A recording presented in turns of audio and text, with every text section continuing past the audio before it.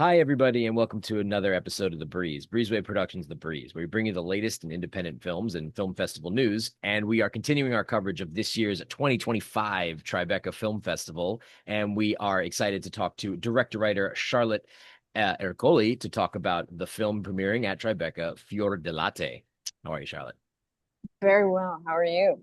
Not bad, not bad. Excited to jump into talking about this film. So my first question to get the ball rolling is tell me a little bit about Fior di Latte. Fior Di Latte, well, it's my first feature film, and it is a very personal movie to a lot of different experiences I've had from different corners of my life, having to do with perfume, um, stillborn relationships, and an affinity for the country of Italy and New York. Nice. All beautiful things wound into one. New York has a very vibrant Italian heritage down in Little Italy. If you've ever been to the Feast of San Gennaro, I'm sure you'll see that in full spring. But this film, it's interesting that the concept that you have in it, you have a wonderful cast like Kevin Kline, Gina Gershon, Fisher Stevens, Julia Fox, a lot of people making appearances and some in a musical aspect. Can you reflect about a little bit about the songs that you put in the film?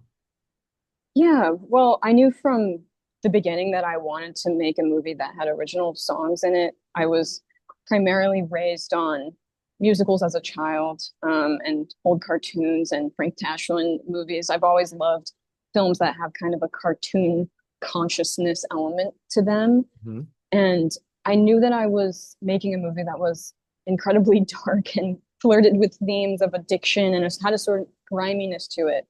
And I thought it would be interesting to sort of counterbalance that with the sincerity of having a musical number at the right time in the movie.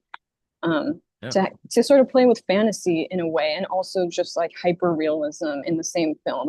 That was something that I wanted to try to pull off, and I'm not sure that I did, but that was my intention with including It was both. interesting to see that it was added into the film, and then the characters that are singing do shine. So it was kind of like rejuvenating to see a story between your main protagonist, played by Tim Heidecker, who is obsessed with this woman who comes over from Italy, and then when he's on his quest to go and attract her, he finds these characters that just sort of illuminate and help him along his way. So Mhm. it was fun. It was fun to watch and interesting to see develop.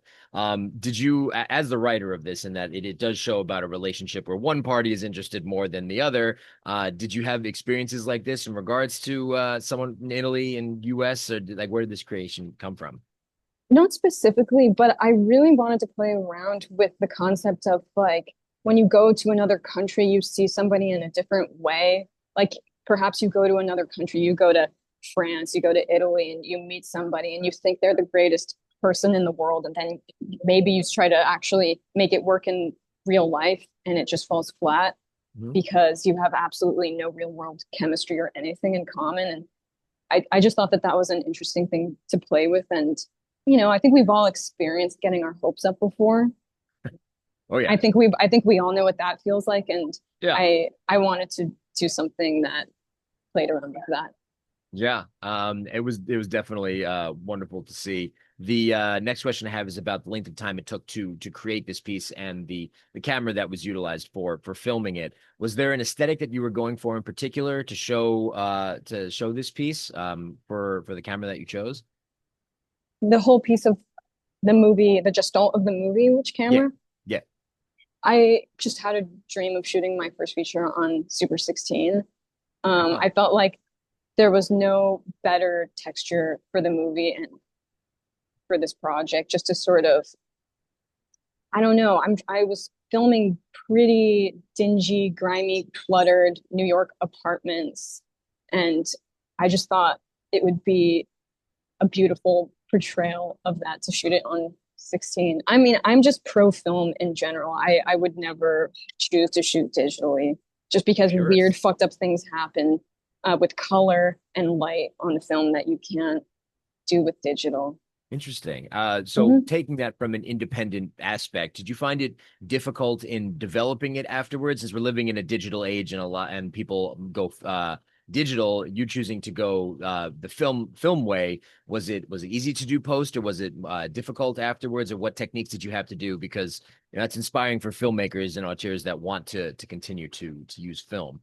It was difficult cutting the whole film on a moviola, having to Yeah. splice it with the tape. It was very time consuming. No, just kidding. It was I had no pushback from my producers on shooting it on film. I mean, we used Met Post, who's a great post facility in the city for our skins, and it was easy.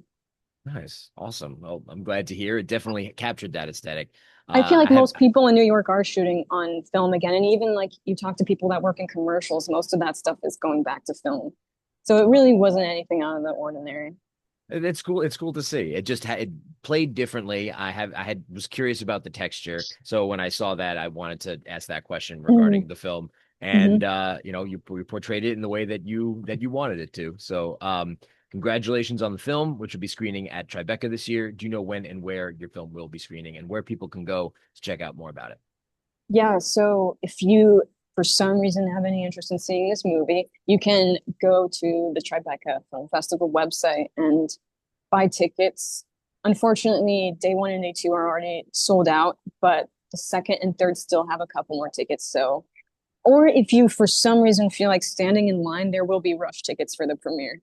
Yeah, and there's always a chance for Rush. I believe in Rush. And there's also another screening on the 15th. So if you wanted to catch it on the back end of the festival, you can do that as well.